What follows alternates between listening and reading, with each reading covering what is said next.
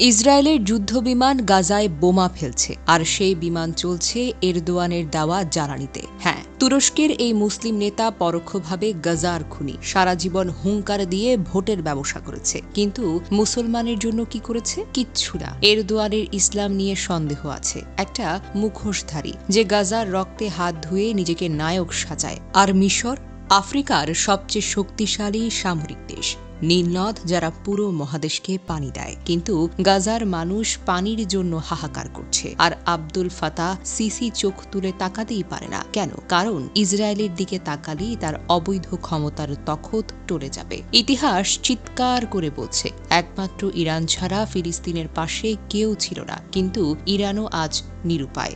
Israel, America আর তুরস্ক মিলে সিরিয়ায় আসাদের পতন ঘটিয়ে ইরানের সামরিক চেইন ভেঙে দিয়েছে।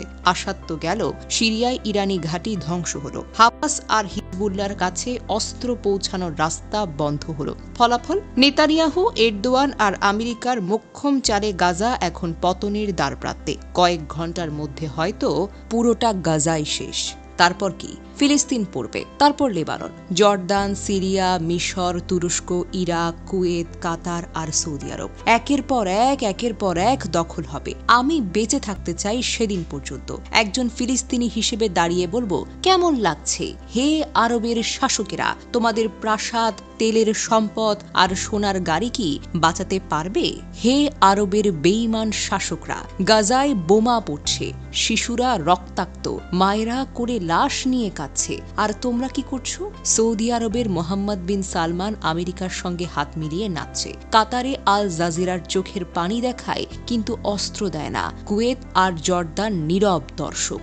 মিশর রাফা বন্ধ করে গাজাকে কারাগারে পরিণত করেছে। আর তুরস্ক, এরদোয়ান বক্তৃতা দেয় আর জ্বালানি পাঠায় ইসরায়েলে। তোমাদের মুখোশটা খুলে গেছে, ইতিহাস লিখবে। যখন ফিলিস্তিন জ্বলছিল, আরব শাসকরা তেলের টাকা গুনছিল। বাস্তবতা এই, গাজার মানুষের পাশে কেউ নেই। ইরান চাইলেও তো পারছে না, আরবের দেশগুলো চাইছেই না। নেতানিয়াহু এবার হাসছে, কারণ সে জানে তোমরা শুধু কথার ফানুস ছাড়তে পারো, লড়াইটা করতে পারো না। গাজার মা তার ছেলের কাটা পা হিজাবে বাঁধছে, আর তোমরা প্রাসাদে বসে কফি খাচ্ছ। এই নির্মমতার জবাব তোমাদেরকে দিতেই হবে, দুনিয়ায় না হোক আল্লাহর কাছে। কিন্তু গাজার মানুষ তো হারেনি। আল্লাহ তাদের জন্য যে পুরস্কার রেখেছেন তা আমরা দেখতে পাই না। কুরআনে তিনি বলেছেন, যারা আল্লাহর পথে নিহত হয় তাদের মৃত বলো না, তারা জীবিত, তাদের রিজিক দেওয়া হয়েছে। সূরা আল ইমরান। আমার স্বামী, আমার ছেলে, তারা শহীদ, তারা জান্নাতে আল্লাহর আদরে আছে। বোমায় উড়ে গেলেও তারা জান্নাতের বাগানে ফুলের সঙ্গে হাসছে। আল্লাহর ওয়াদা পূর্ণ হয়েছে, তিনি তার বান্দাদের কাছে ডেকে নিয়েছেন। আমরা কষ্টে কাঁদি, কারণ আমরা শুধু লাশ দেখি। আল্লাহ হাসেন, কারণ তিনি জান্নাত দেখেন।